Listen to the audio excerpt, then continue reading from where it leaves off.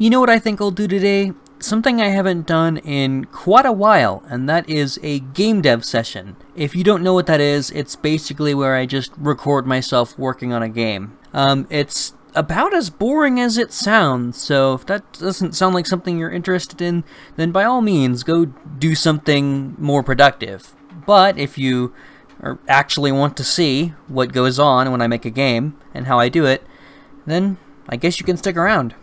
So the first thing I want to do is address something that's been bothering me. If you void out, it does that little cutscene that you probably saw from the main video, but after that, it's just stuck like that. It's a soft lock. I never actually finished the void out procedure, routine, whatever you want to call it, so you can see that I'm stuck on a black screen. So I want to fix that. So I'll need to start by locating the script that is responsible for that, which I believe is under the player folder. Where would it be? I think it's called void out. Well, it'd probably be on the player, the thing that detects. Maybe it's in the player movement controller.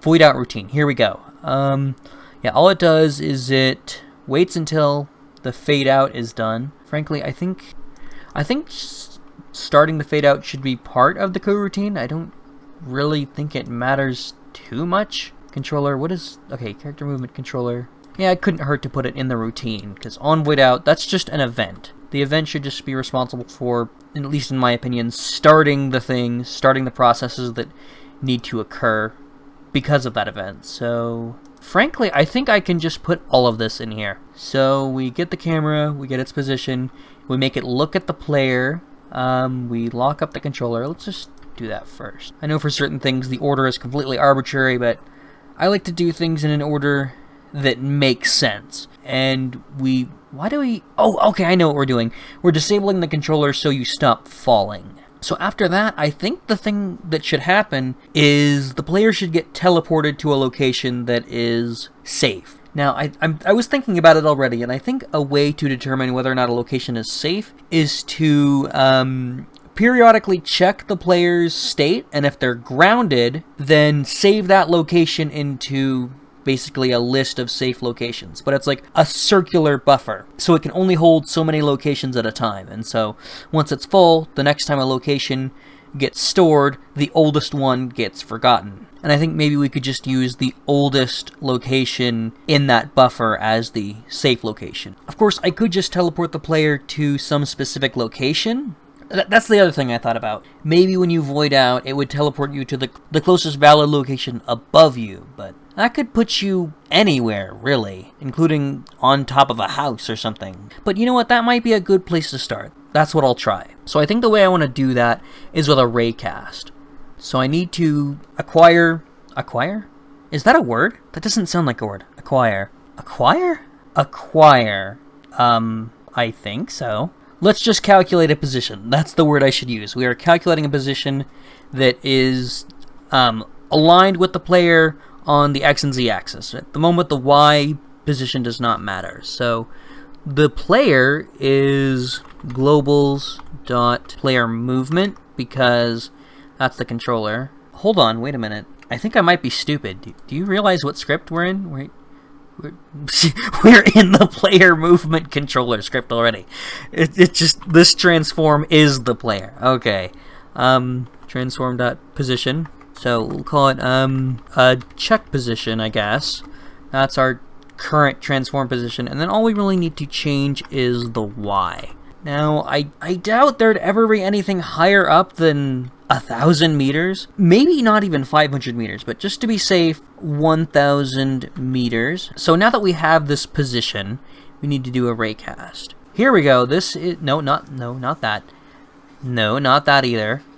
This is the overload we want. Origin, direction, hit info, max distance. Okay, max distance. Well, for 1,000 above, I guess 2,000 couldn't hurt. But honestly, I don't think much should be below... I don't think much of the game should be below 0 anyway. So, maybe 1,010? It's a weird number, but eh. So we have this raycast now, and hit should have the position of a thing that we have hit. And at least with the way we're going with this, whatever we hit is what we should be placed on top of. I think a really simple thing to do is, you know, transform dot position equals, oh gosh, hit dot, am I losing my mind? Hit dot position? Hit dot point. Did I spell transform wrong? What? Okay, hit dot point. Oh, I'm missing an equal sign. That's why it's freaking out. Okay. Transform dot position equals hit dot point. Let's maybe like just a little bit of an upwards, like maybe something like just 10 centimeters is probably fine. So here's what happens. We void out, the closing of the letterboxing is done. We are teleported to a position above us that should theoretically be fine. And then we can probably start opening the letterboxing.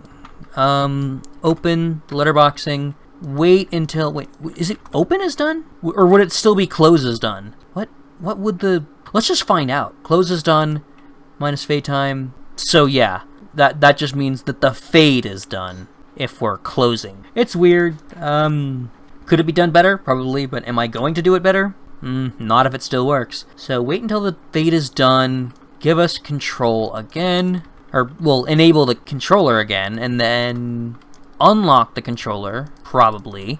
Okay, that's a function called lock. I should have one called unlock, right? Or not ulock. Huh. Then what is the opposite? Disable user control. Right. What is the opposite of that? Return to player control. Obviously that's the opposite of lock. Of course. That makes so much sense. Okay, return... I'm fine. Return to player control. Maybe I'm not. Return to player control. That almost looks like that's what we want. So, never hurts to test. Oh, wait. I just realized something. If we were to void out over a hole, we would have no idea where to put us. That's fine for now. I'm not going to worry about that. Yeah, sure. Let's go. I must admit, something seems wrong. Did I at least make it? Yeah, I did. Okay, test something. Wait, hold on. I am there. I am now there.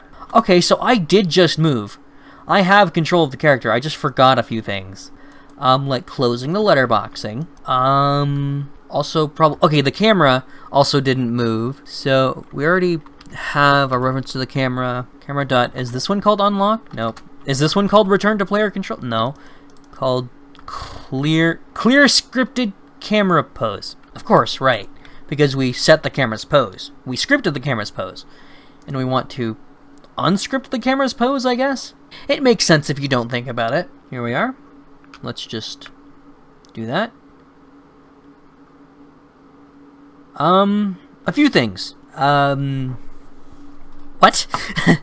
I noticed that we didn't actually close the letter, or disable the letterboxing. We actually re-enabled it, which was already enabled, so clear scripted camera pose. Begin smoothly returning the camera to its rigged position and rotation. That might be a little bit of a problem, so what workarounds do I have for that? Let's just look at the camera controller, see what functions I have to work with. I think the most promising function to use here, rather than trying to write a new one, would be to wait for the... Where'd it go? It was somewhere around here. To wait for the scripted camera pose to be reached.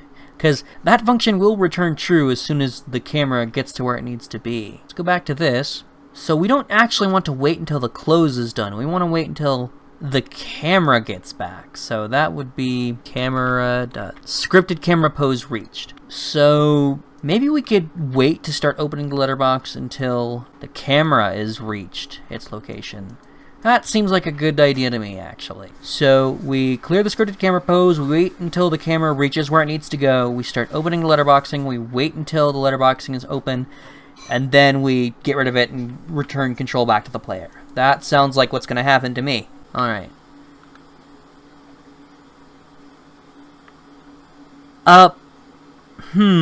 Okay, a few things. One, the letterboxing didn't actually open. We kind of just teleported to being on the ground.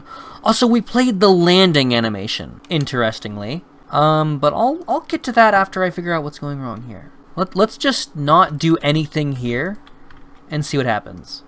Alright, let's fall. Okay, we're in the falling animation. The letterboxing did not open. It just looks like a cutscene started playing. A cutscene where we have full camera control and we're falling while on the ground. A lot of weird things going on here. So, first and foremost, the letterboxing is not actually opening. What? Begins widening it. Why does it set it to the default height then? Close equals... What are we doing? What does open letterboxing do? Is there even an open letterboxing function? What? Wait a minute. Opening the letterboxing never actually worked. That's interesting. I just found a feature that never actually worked. So open letterboxing, we do not want to set it to the default height. The comment says begins widening the letterbox to reveal the screen. So that's what it should be doing. If we set close to false, nothing's going to happen. So let's just call it open. Let's make a variable called open. There's close and open, I guess. So close is done. Let's make an open is done too, just because. Open is done, return not open, or time to time minus fade time is greater than close duration. So close letterboxing, open letterboxing should do the same. Yeah, set fade to false. Okay, that should also set open to false, but this should set open to true. So this says we're not fading, we are closing, we're not opening. This one says we're not fading, we're not closing, we are opening. And it's, I guess, still considered a fade. So open letterboxing. So if fade, if close, if open, I think all we should really have to do is just swap these two things around. Close height, default height. I think that's what we want. Open is done, close is done. Open letterboxing, wait until the open is done. Let's just go ahead and bring these things back and test it. If I did this right, that should actually open the letterboxing. That means the battle cutscene will be slightly different. I might have to investigate that. Of course, it'll be hard to see since the background is also black, but that's also a quick fix. Alright, let's fall off. Nope, still not correct. Still decidedly incorrect. Okay. Oh, let's just say that closing and opening use the same duration. That's what that will do. And let's try it again. Alright, this is getting kind of ridiculous. I already have 24 minutes of footage. I don't know how much that's going to be once edited down, but I might have to start wrapping up this episode, even though I've only done one thing. Fall. Wow, it still doesn't work. Okay. So what's different? Oh! That. I feel dumb. And now we should potentially actually see the letterboxing opening, now that the code to do it is actually running. And now let's test the falling off thing again. Fall off. Okay, that is interesting. The letterboxing was opening, but I still didn't have control yet. I think that was just an issue of doing things in a weird order, probably. Yeah, we're waiting until the opening is done to actually give control back. We should probably not be doing that. And actually, I wonder if the landing animation playing as soon as you get back on the surface even really matters, because I don't know of any situations in the actual game when you should ever actually fall out of the world, so I don't know. It actually shouldn't really matter too much how this looks, because it's a situation that shouldn't be happening. It's just a failsafe. And then I barely even saw the animation, actually. I mean, we're back on the surface now, which is cool. Let's try that one more time. Okay. Also, I noticed the camera goes above us. I wonder if it's going to do that every time. Let's check. So let's put the camera... Maybe that's because I had the camera above me. Let's check. Have the camera like that. It just always puts the camera above you. I don't much care to know why it does that. I think I'm satisfied with what we've got so far. So that's a little bit of a letdown. We only got one mechanic done, and it was much more involved and tedious and misbehaving than it should have been. But it works now. It's no longer a soft lock if you void out. Speaking of which, I should also check the void out when you're in a room.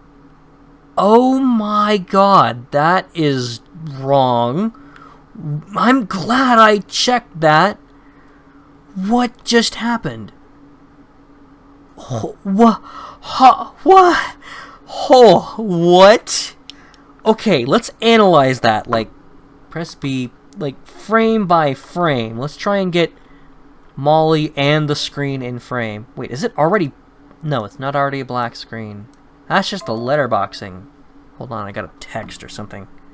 I got an email, and the email says, oh, a university that I already graduated from is telling me to access my required textbooks now. Yeah, I'll get right on that. Okay, we have the letterboxing. Let's try and get a angle like this.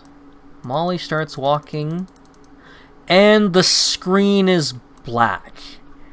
Just completely black. Okay, what's the state of the fade here? What's the internal state? Fade and open. So open is never actually getting reset, I noticed. That's interesting. How does close ever get reset? Close letterboxing. Fade from white sets... Okay, these things are supposed to reset these functions. Or reset those variables. Fade from black. Okay, that's how those things get reset. So hopefully that's all we need. So I think in order to reproduce this glitch, we need to void out first so that the letterbox gets opened. So let's go ahead and do that real quick. I can't void out particularly close to a house, so I'll just go here. I think that's the closest. Huh.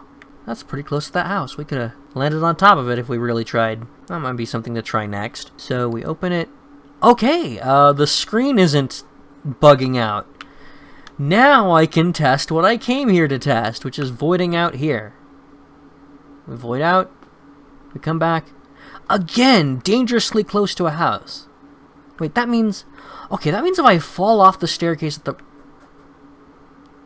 Oh no. Oh no. We voided out in a room and respawned on the surface. You guys want to know a bit of trivia? The house that you enter has its collision turned off when you enter the door, because the whole thing's actually solid, so I turn off the collision so that when you're doing the walking cutscene, you actually walk into the house. And this is just a little black box in here. So we should not be here right now. Oh, the chimney still has collision, of course. I mean, obviously.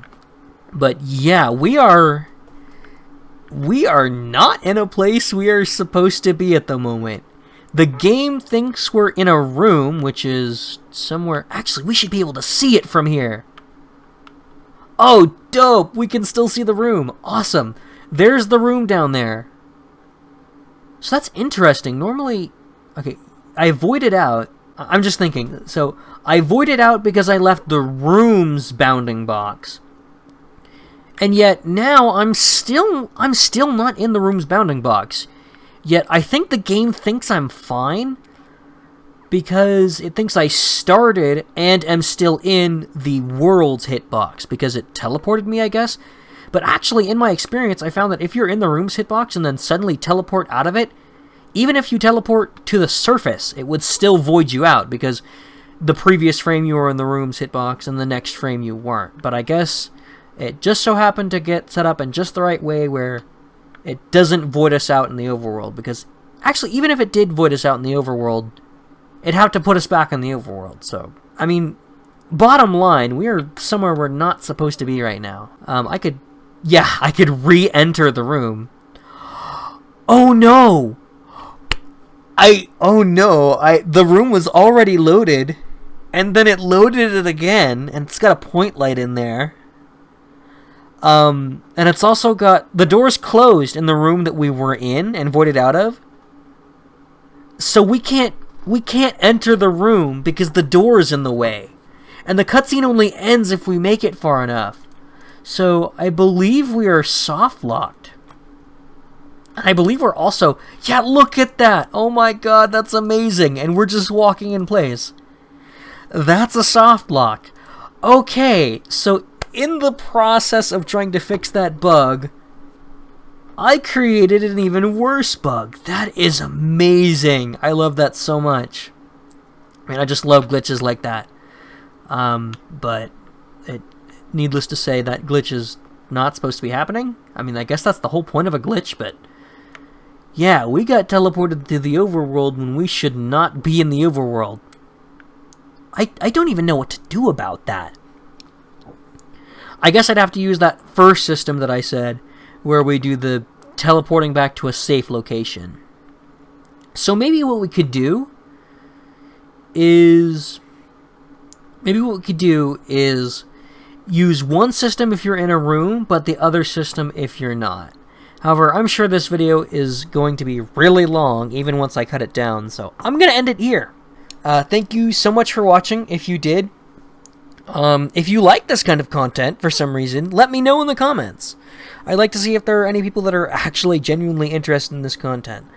I'll probably make another episode, maybe. It just depends on how much I get done in that episode, or how long it ends up being. But that's all I have for this one, so thank you so much for watching. Bye.